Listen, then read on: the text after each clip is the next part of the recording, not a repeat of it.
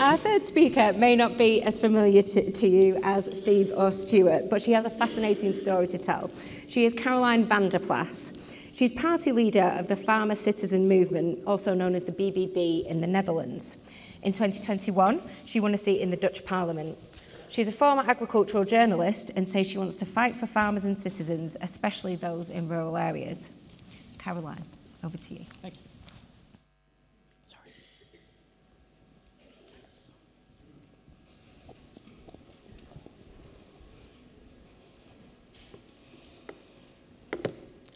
Thank you, Abby, and thank you to the OFC for inviting me all the way up here in Oxford. I've never been in Oxford, so it's a good chance for me to see this beautiful city also, and meet you all, of course. First of all, I would like to tell a little bit about myself, because I assume a lot of you people don't know me, and asking yourself, why is this woman on stage? As Abby said, I am a politician in the Netherlands. I'm the party leader of the BBB, which is translated the Farmer Citizens Movement. I got one seat in Parliament in 2021. Nobody was expecting this. They knew I was participating in the elections, but everybody thought, who is this, again, who is this woman and what is she doing here? We got one seat, and that resulted in the last elections in 7 seats. So I remember that when I came into politics and I got the seat in Parliament, that people said at first, well, 1 seat, you know, what can you do with 1 seat? And from the beginning, I said, we may have 1 seat, but I'm going to make noise for 10 seats. And we will grow, because I know for sure that in the Netherlands, the citizens and the farmers are connected. We all think that is not the case, because other groups are shouting out all different things, that farmers are animal abusers and polluters, and they shouldn't make profits, because profit is, of course, very bad. But as this morning was told, with profits you can invest. And we made that clear on the 22nd of November, and we grew from 1 to 7 seats. And even BBB is in the talks of forming a government. Who would have thought this 3.5 years ago? I did. That was the place where I wanted to be, of course, in government, because that is when you take the next step and you can make changes, make more changes. Now, about farming. The question was asked, do politicians recognize what farmers do, and that food production and food security and producing your own food is a necessity? I don't know if all the politicians do, but at least I do. This is exactly why we founded the party. Because I was worrying, as an agricultural journalist, I saw the upcoming of all groups, like in the Netherlands we have equivalents of PETA, and well, you know them all. And on the other hand, I saw what farmers do. And I want to say to you one thing, and that is something you have to keep in mind all the time. And everybody has to keep this in mind all the time. There are 3 basic needs in this world. And that is oxygen and water and food. Without one of these 3 things, you are simply going to die. Everything else, what is in this room, is not necessary, except the farmers in this room, because they make one of these 3 basic needs. And that is what people forgot in the past decades, I think, because there was luxury everywhere and prosperity, and we had everything, we could buy everything, and people were not thinking anymore about how important food is. Food is everywhere, 24/7, all the time. But now we come into a place where And a lot of farmers are stopping with the farm because they have no money in the bank anymore, or they are just so fed up with everything and all the regulations and all the criticism, and they think, you know, fine for me, I'm going to stop. And the geopolitical issues around the world, of course. We saw that with Ukraine, but we have also the United States against China. We have, of course, in the Middle East. And food security is more important than ever. And I often ask myself, do politicians realize that if we come to a point, a critical mass of farmers are gone, what is going to happen then? Because of course we import food, also in Holland. We can't make bananas and oranges and kiwis and tea and coffee and chocolate and peanuts and everything. But we can produce potatoes and vegetables and meat and dairy and eggs. And if we come to a point, let's say, and it's not unimaginable, that we come to a point that the countries who we import food from, and it's also meat, dairy, and eggs, which I don't understand, because if we can produce it ourselves, why should we import? If a time comes that a country says, you know, we cannot provide you anymore because we need it for our own people, because we have drought, or we have floodings, or we have a war, or we need it for our own people, do we realize then that we need our farmers to produce the food that we need to feed our people? And if we lose a critical mass of farmers, then it's a very dangerous situation. It's a very dangerous situation. And a lot of people I talk to, I'm sorry, I'm over time, I will finish. A lot of people who I talk to say, you know, that's not going to happen, that's not going to happen. Well, we saw it the last few months with all the rain. I think it's going to be a big problem with harvest, but also with planting seeds. And let me tell you one thing, and I will say this to the European, or to the, sorry, EU. We're still here. I will say this to the British politicians. Cherish your farmers. They make one of our 3 basic needs, and that is food. And make sure those farmers can produce their food. Of course, within regulations. Nobody is debating on that. Cherish your farmers, because every farmer that is gone is never coming back. There is no one, also not here in the UK, who is going to invest hundreds and thousands of pounds, or millions to start a farm when they are not being recognized for the things they do. Thank you.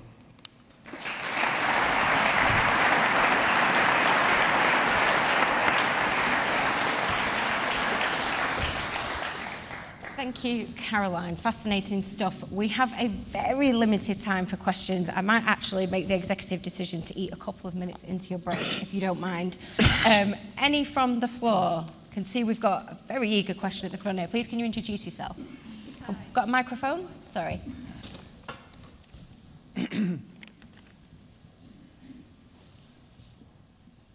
Thank you. I'm Emily, and I'm here with Cool Farm, but I'm not asking a question from Cool Farm. Thank you, all very interesting, and I just want to remind everyone in the room, because some people won't actually be aware or have forgotten that agriculture and farming has devolved, and really enjoyed you, Caroline, but with no disrespect, but you've got somebody from the Netherlands, but nobody here representing Wales, Northern Ireland or Scotland. Shame. And I just wanted to know, as you are most likely going to be our new Secretary of State, hopefully in November. Complacency, though. Please, can you reassure me and probably lots of people in this room that you're working really hard to work with other nations to ensure alignment, so farmers that are cross-border, but also, because that's a complete nightmare for farmers working across border, but also that where we have regulations in one nation, it doesn't cause a total disruption to markets. And people actually externalising the environmental impacts and economic just by moving between the nations. How are you dealing with that? Thank you. Not just you, of course, the panel. Yeah, well, I mean, first of all, no assumptions about what happens at the next election, but we want to be ready in case the voters give us that opportunity to form a government. So I've started conversations with Labour in Scotland and in Wales about how we can start to deal with the cross-border issues so that there is appropriate alignment while still respecting the necessity of devolution. And that covers not just farming and agriculture and food production, but also environmental protection, nature, water. Of course, we've got the huge sewage issue in England, which is playing out differently in Scotland, and we need to make sure that the policy aligns across the whole UK in ways that are appropriate. So the answer to your question in brief is we've started the conversations and we'll continue them but by the time we get to the next election. If you don't mind, I think that was primarily directed at Steve, so I will move on just for the purposes of time. Got loads of questions on the app here. The top-rated one, this will be interesting for you, Stuart and Steve. Is there potential for cross-party long-term agricultural policy to ensure food security and long-term clarity for farming businesses? Will you work together? Stuart, I'll come to you first. I was going to say Steve went first on the last one, so I go on this one. For me, I think that there needs to be. One of the reasons I finished with the NFU, and I thoroughly enjoyed the job. You said earlier I'd had the shackles taken off me, right? Minette doesn't need the shackles taken off her. She's demonstrated that many times over the years. For me, the reason I got involved or wanted to get involved in politics is I was getting enormously frustrated with the polarisation and division that has led through everything in society at the moment. Doesn't matter what issue it is, whether it be Brexit, whether it be veganism, whether it be the right and left of politics, we were just faced, and Will touched on this massive division. And I wanted to try and get involved to try and come back to, can we get consensus on issues? Can we get long-term thinking? Chris Brown earlier, and I've got to say, I've known Chris years, and I've got to disagree with you on something, Chris. You talked earlier about how everyone thinks in annual cycles, right? Farming does not think in annual cycles. We think in much, much longer term cycles.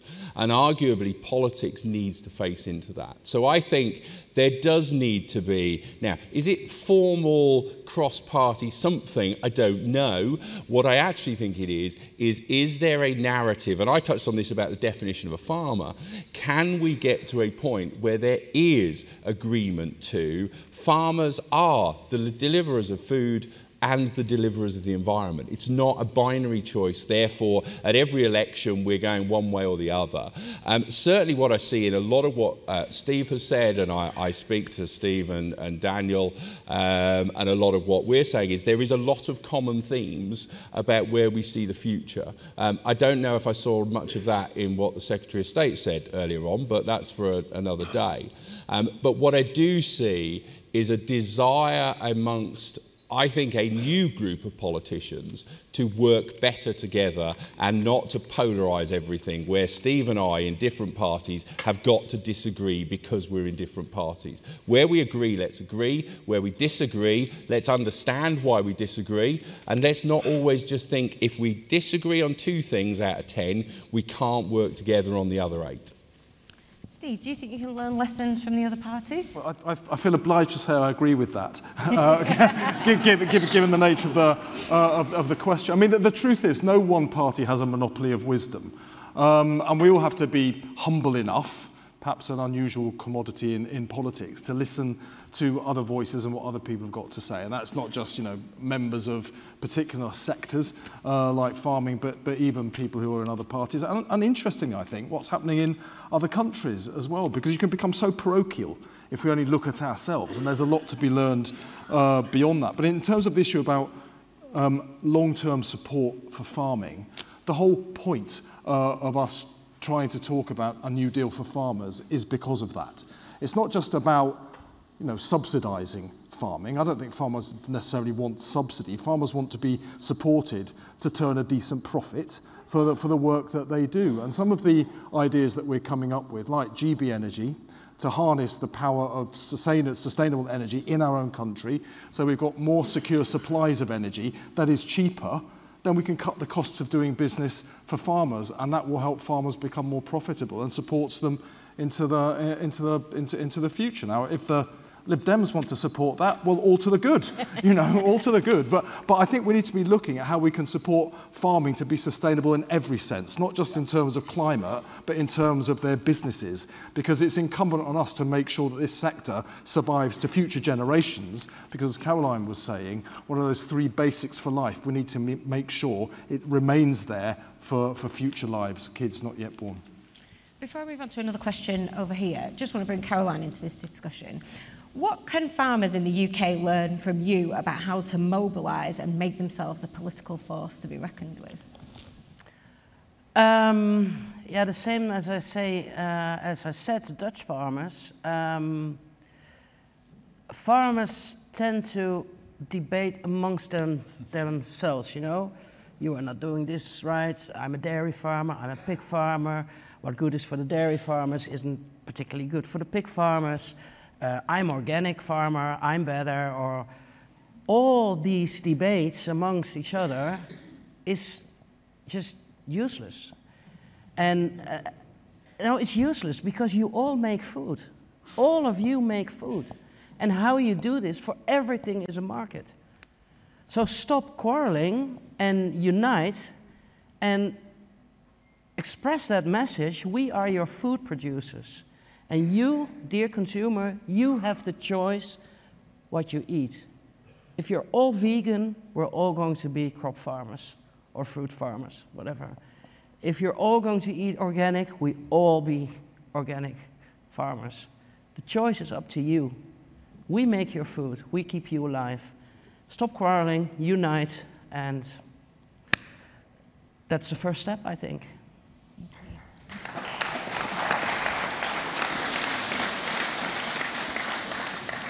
Question down here from Minette Batters.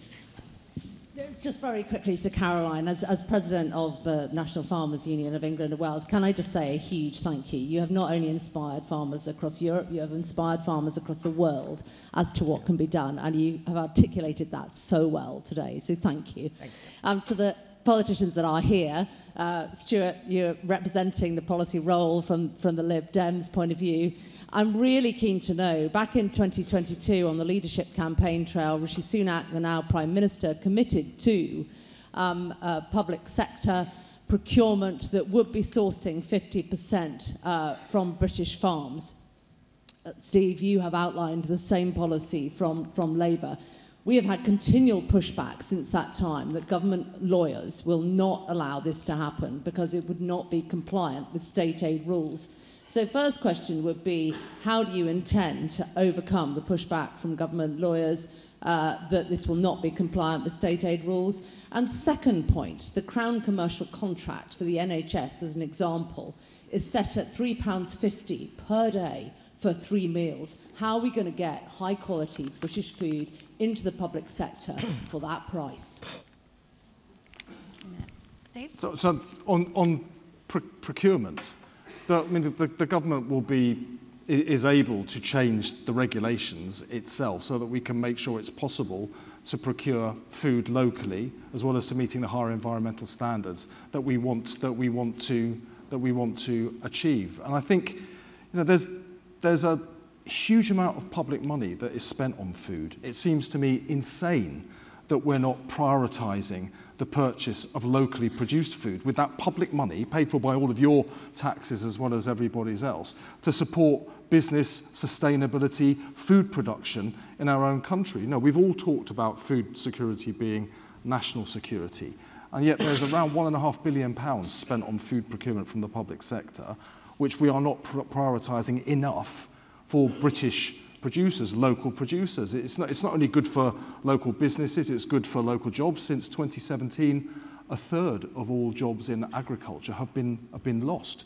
as well as 6,000 businesses going bust. That is an avoidable tragedy in many respects. And if we're using the power of the public purse better, then we can support those businesses to exist into the future. So we will look at the regulation. I'm not going to give you a detailed answer now because it's not in my head, but we will look at it. We will work with organisations like the NFU, and we will make sure that we can, by spend, get to at least 50% of all public procurement going on locally produced food, meeting higher environmental and safety standards. Thank you. I'm really sorry, Stuart. We do not have time. Look, state aid rules, though, Abby, are too often used as an excuse. And actually, if you ask the right question, you get the right answer. There are other countries who have the same state aid rules who have absolutely been able to do this, and we need to stop using state aids as an excuse for not backing our farmers in our public procurement. Thank you. I'm really sorry to all of the people who had questions, and there's so many on the app, but we just haven't got time to get to them. We're going to have a break now. Coffee and tea will be served in the North School opposite and downstairs near the charity stands you walked past when you arrived. Please do also take the time to look at the exhibition stands hosted by our sponsors, and be back here at 11:45 for the next session. Thank you very much.